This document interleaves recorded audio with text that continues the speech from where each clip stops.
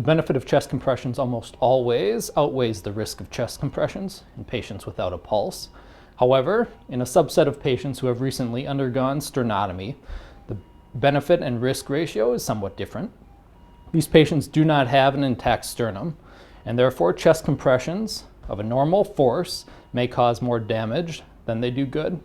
Patients with fresh sternotomies can be identified by an unhealed scar over the sternum, or patients who are hospitalized in the same hospital stay as their surgery. When this subset of patients presents with a shockable arrest rhythm, we should withhold CPR for a very short period of time if we can immediately deliver a shock. The rationale is that 20 or 30 seconds of chest compressions on these patients prior to delivering a shock that can return them to circulation probably has more harm than it does benefit.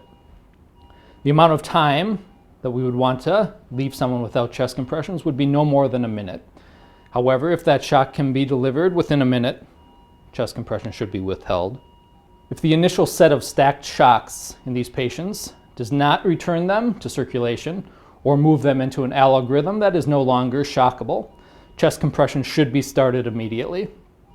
The chest compressions, if they are going to be performed, should not be of the typical force that you might on a patient with an intact sternum.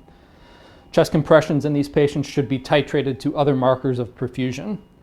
The best marker might be a compression pressure of greater than 60 millimeters of mercury on an arterial line.